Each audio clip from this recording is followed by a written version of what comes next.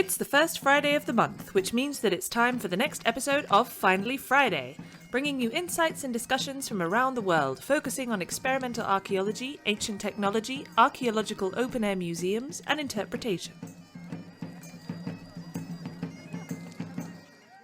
Hello and welcome to Finally Friday.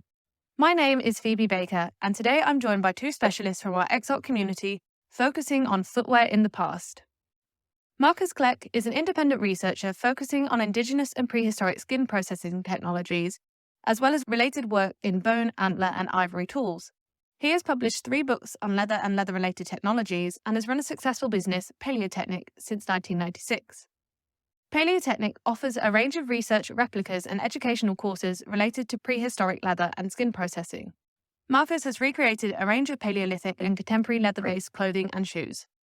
Doug Mayer has explored ancient technologies for more than 30 years, after finding inspiration at a primitive technology demonstration at a summer college. Doug has since explored many aspects of early cultures, including flint knapping, archery, and blowgun technology, and has considerable experience in brain tanning and leatherwork. He also has experience creating replicas and in teaching his skills to others. In producing his reconstructions of ancient clothes, Doug takes care to consider the variety of different techniques and skills seen across the globe.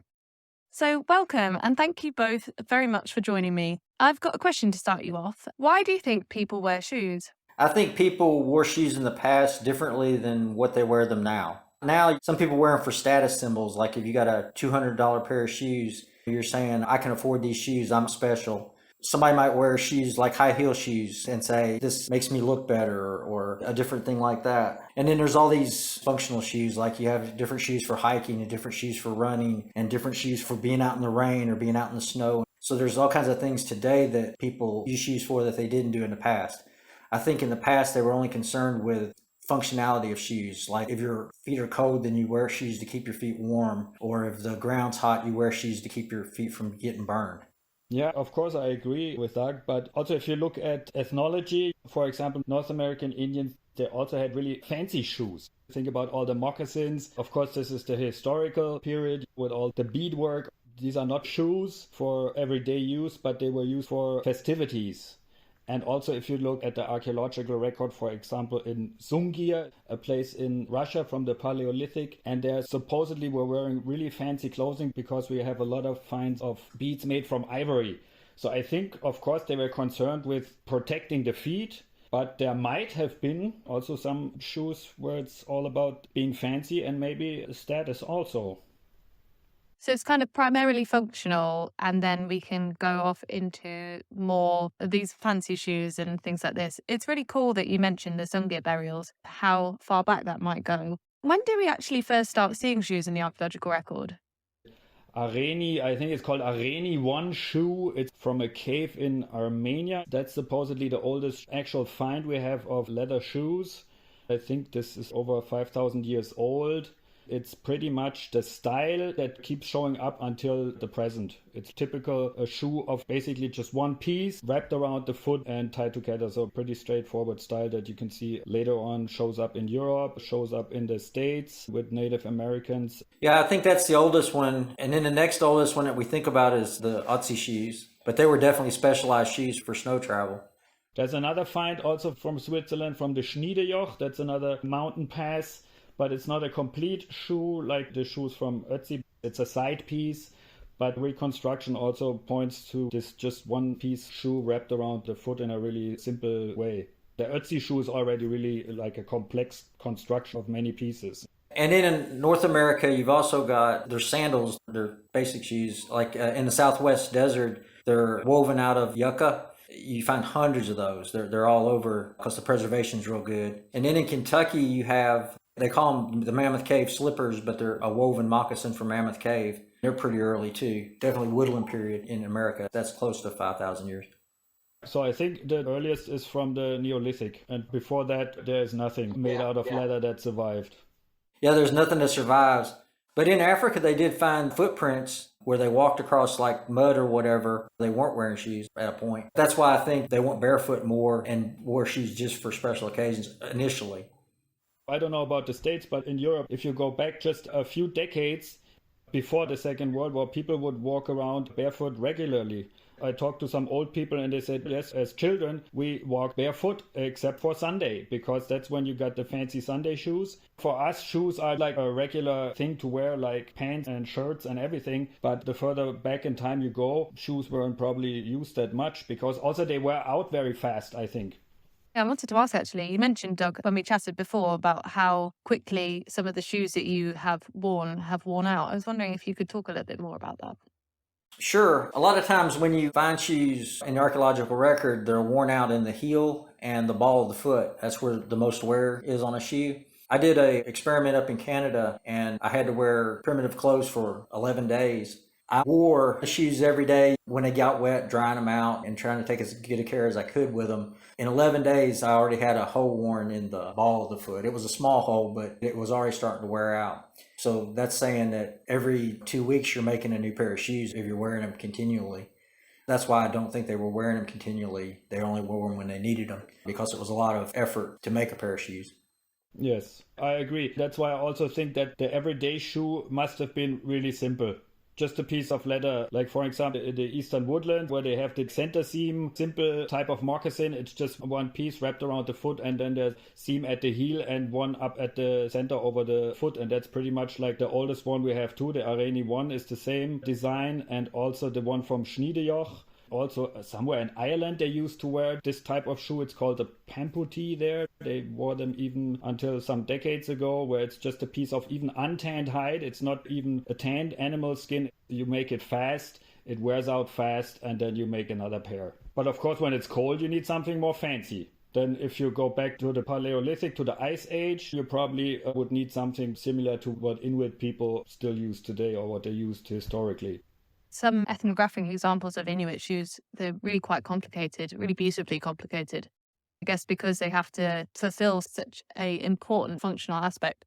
The most fancy leatherwork or the most complex or intricate leatherwork, I think, is among the Inuit people for clothing and also for shoes. I really admire the work that they do there. Yeah, me too. So kind of leading on to this, you both have a lot of experience in leatherworking and making archaeological replicas of clothing. How important do you think it is to actually make and wear these shoes to understand how they were used in the past?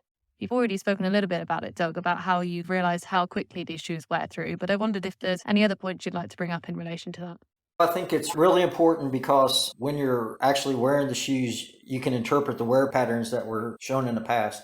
When we find them, we find, like I said, the heels and the ball of the foot worn out. When you can reproduce that wear pattern, then you know your shoes are close to what they were in the past. Making shoes like that, it's very important because it's not just cutting a pattern out.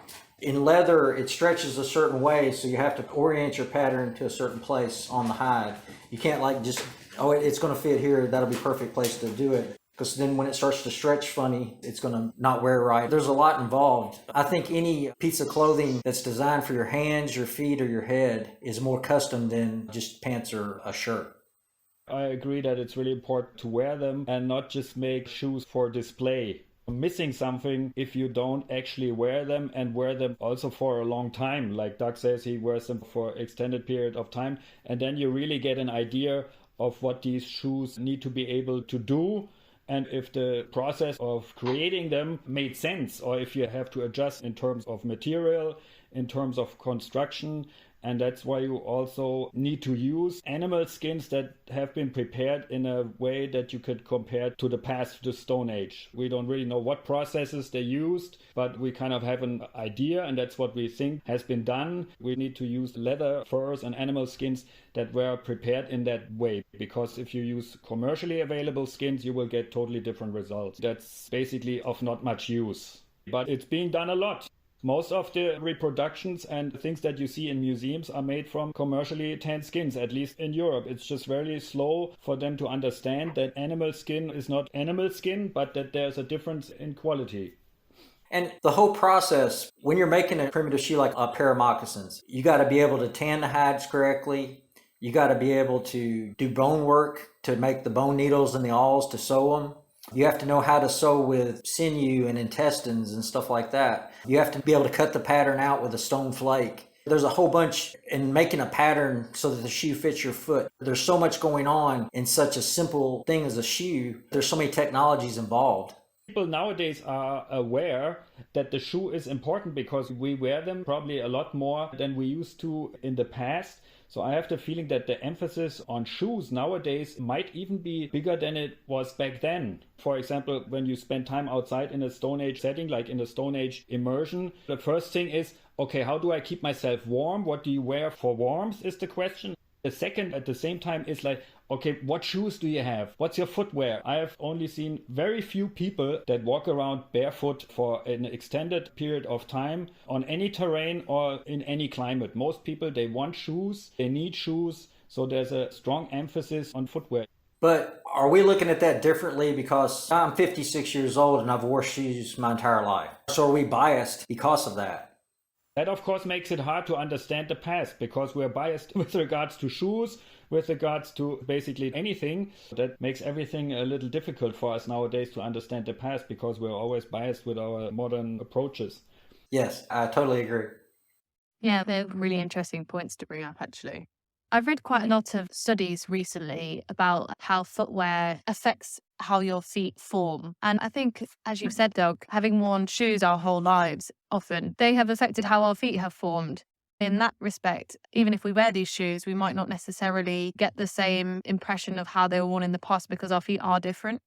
I did a real long period in my life where I was reenacting the American Revolution and the French and Indian War.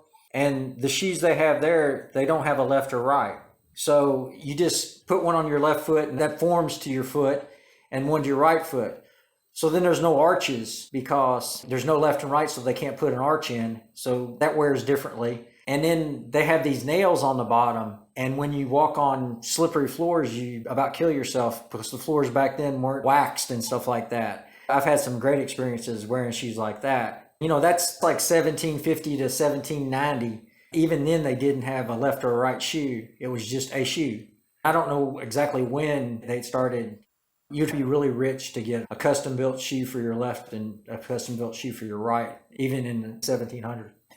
Yeah, I think it's also because the primitive shoes are mostly without a proper sole. It's just a piece of leather. There's no arches. There's nothing to support your foot. It's basically, in addition to your foot, another piece of hide. You have your own skin and then you add some extra skin. But the primitive shoes, if we think about the finds that we have, the few, and then the comparison with native North America, for example, with the moccasins, it's mostly soft soles. Of course, you also have some hard soles in the Southwest and on the plains, but of course you would wear them differently and you would also walk differently than we do nowadays. It's funny you bring up the hard sole shoes in the plains. I made a pair of those for a museum replica. I wanted to wear them, so I put them on. And I slipped. The rawhide doesn't work in the Southeast where I live. I live in North Carolina. The grass and stuff is not designed for a hard rawhide sole. When you make a pair of shoes, you have to realize the environment that they made them in, that they used them in, because they won't work in other environments. Yes, the shoe is completely a reflection of your environment, of your climate, of the animals that are available, cultural influences too, I suppose. But every shoe belongs in a certain environment where the conditions are to create this shoe, to the skins you have available and also the ground that is there and whatever the climate conditions are. And if you export this to a different location, it won't work, or it won't work as well. For example, the Iceman, he had this extra strip underneath his shoes, a strip of leather for extra traction. I've never made the Iceman shoes, but friends of mine did, and they've used these extra strip underneath the sole. Also, we've done it with rawhide soles, which really, like Doug said, they're just really slippery. I'm not a big fan of rawhide soles either. Where I live, they don't work very well. But they must have worked. On the plains, they must have worked with the Apaches and in the Southwest. I think another thing with the shoes is, of course, they're supposed to keep you warm. They're supposed to protect you from thorns and sharp stones. And then we have this idea of having dry feet. Nowadays, I think we are biased because we're always trying to keep our feet dry. And I think mostly the feet were wet. All the moccasin type of shoes, they're not waterproof. They soak up the water. The Inuit, of course, it's a different thing. You don't have the luxury of getting wet feet in that climate. But anywhere like a climate where you live, Doug, and where we are, people would have wet feet. I think that's just a fact. And that's also a reason why they might not even wear shoes, because it's nastier to have wet shoes on than to not have shoes on at all and just have wet feet. Yeah, I agree with that. Because when I was wearing my shoes every day for 11 days, I would put them by the fire and dry them and then pull them and get them back into shape and stuff. So I spent a lot of time doing that, where I could have just taken them off and just had wet feet part of the time. Instead of taking them off, I just let the shoes get wet. Yeah, I do that on trips where I'm out for long periods of time, and when it gets rainy and it's not freezing temperatures outside, I don't wear shoes. I take the shoes off.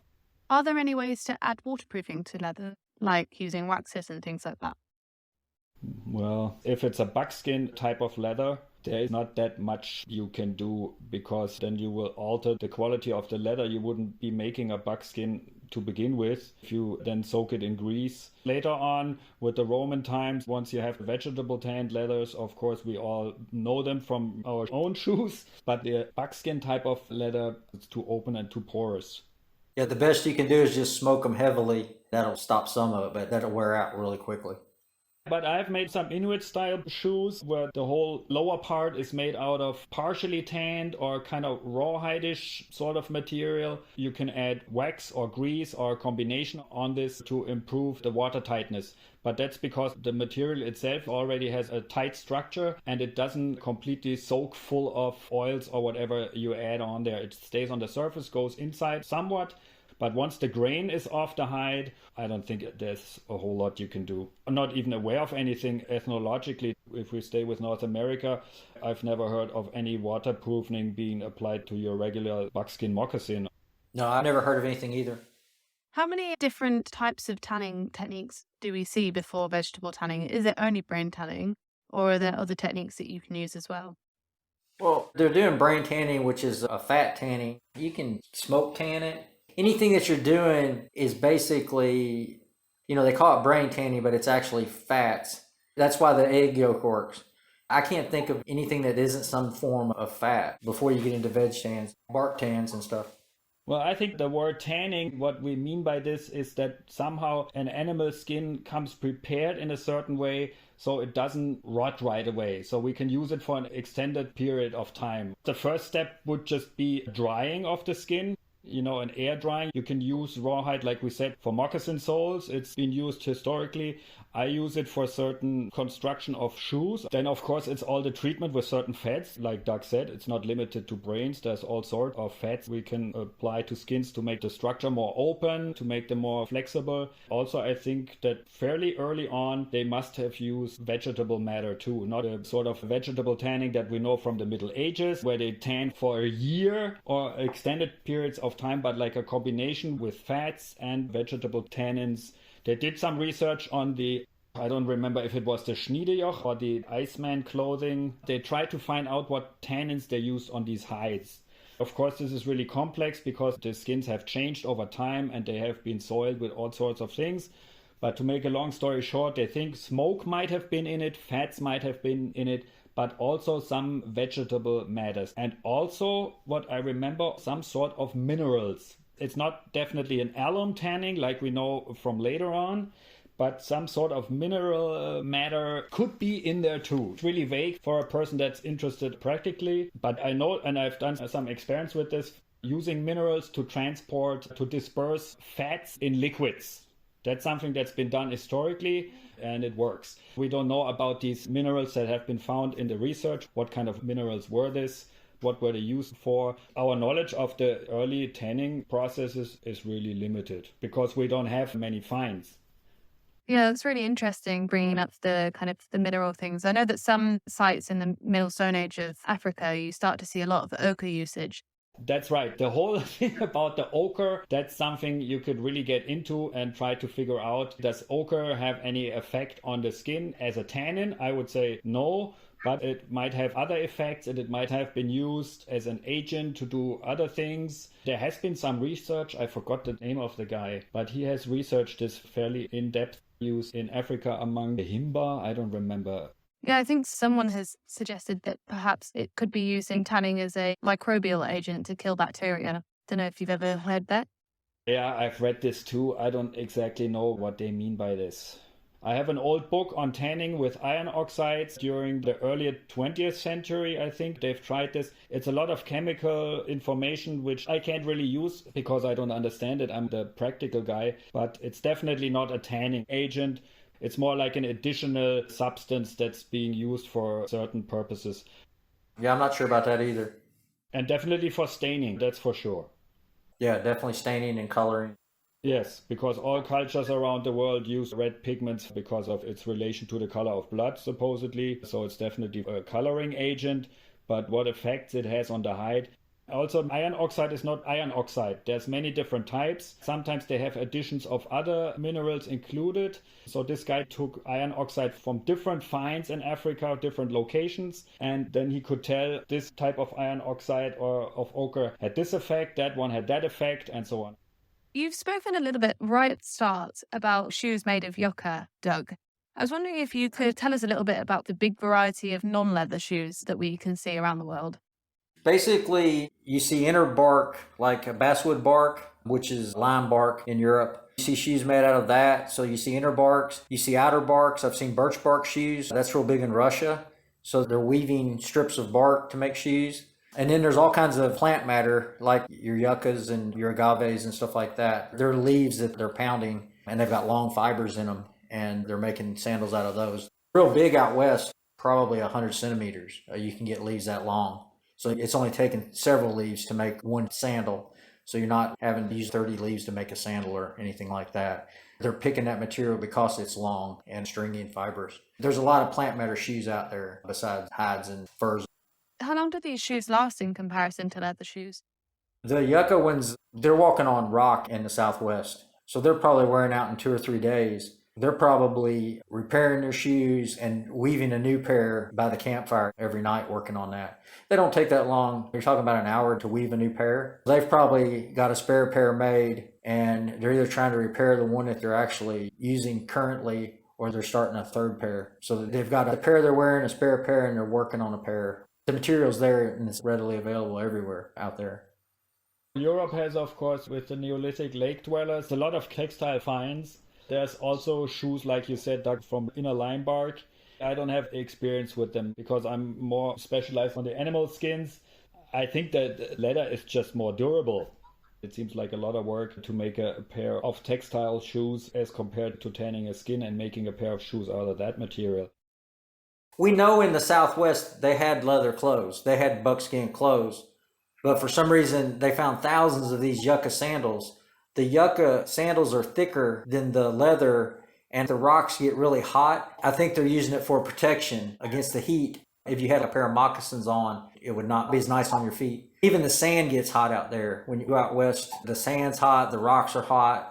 So I think they want that extra thickness that you can't get because they don't have moose and elk in that area. They've got pronghorn antelopes and they've got deer. They don't have a lot of animals with thicker hides that they could make moccasins with. Yes, a good aspect is also the availability. If I think about the Neolithic lake dwellers, it might be that at some point they just simply also made clothing and shoes out of different materials. The big animal herds that we used to have in the Paleolithic, they don't exist to that extent during the Neolithic. So people look to different materials. For example, the Iceman, he was completely clothed in animal skins. There was no textiles except for some netting. And that was a surprise to researchers because beforehand they thought that during the Neolithic we would be expecting more textiles also. But then, of course, he was up in the snow. You wouldn't wear your lime bass sandals in the snow, I suppose. Yeah, that's really interesting. What is the biggest difficulty, do you think, that you encounter in researching shoes? I know we've spoken a little bit about the paucity of the archaeological record. Do you come across any other difficulties? There's very few pairs archaeologically found, so everything is guesswork. There's only the Iceman shoes. You find some in bog burials, so that's Bronze Iron Age stuff. There's just not that many out there. They all had to have had them. There's not two groups in Europe just making shoes. Everybody used shoes. We just not finding them because the materials are perishable. They're not showing up in the archaeological record. Yeah, I think that's the biggest problem. For example, if you look at North America, it's all very well researched, and we have dozens, if not hundreds, of different styles of footwear among Native Americans. And if you compare this to the archaeological finds in Europe, We don't have anything. That's of course hard if you want to do reproductions. The only thing you can do is reproduce the Iceman shoe. But there's a reason why that's like that, though, because Europe was more advanced. And when the white man came over, the Indians were still living in the Stone Age technology, and they could get examples. They could collect them. That's why there's better research. If it was the other way around, like if America had been able to build ships and come over to Europe before, while they were still in the Stone Age technology, they would have captured more clothes and shoes. They basically came upon a modern anthropologist's dream of hitting a culture that had never seen past the Stone Age technology. So they could sit there and they could observe that there was contact for a long time with Stone Age people, for several hundred years, and they could collect all these shoes, and that's why there's so many examples. For me, sometimes it's hard to get the materials I would like to have for sewing, especially if I do more like Inuit style shoes. And also, even though there's a lot of information out now on construction of these shoes, I feel really limited in my abilities because I have to learn everything by myself. We're not in this culture where we have the elders teach us how it's been done for hundreds or thousands of years. At least I don't have this over here. The European Stone Age, of course, is dead. There's nobody out there to help me. Or you have to go to native cultures like in the States or also in Asia or Northern Europe to the Sami and then find people that still carry on these traditions and hopefully be able to learn from them. But that is a big time and money investment. Also, you have to see if these people are willing to teach you these things. You can't just walk up and say, hello, please show me your secrets. I have the feeling that there's so much knowledge out there and I just know a little bit, which is kind of sad, but that's just how it is. Yeah, there's only so much time. There's only so much time, yes. Yeah, I've come across some of the problems as well because I'm hoping to do some research into footwear as well and have done some research into footwear. I definitely feel those feelings of not quite having the skills that I want to have to be able to make these kind of things and also not having the access to the materials because of time, money and my own skill level. So that's a really nice point to bring up. And I think that never ends, even though you do all this work. How long have I been doing this? For 25 years or something? Of course, you know a lot, but the more you learn, as they say, the more you realize what you don't know and that there's still a lot more to go. But that also keeps it exciting and interesting because you can spend a few more lifetimes and still feel like you don't really have a whole lot of experience. So before I ask our final question, I'll ask a penultimate question, I guess, ending on a more happier note. What is your favorite or most interesting thing that you've made or result that you've had from studying this kind of thing?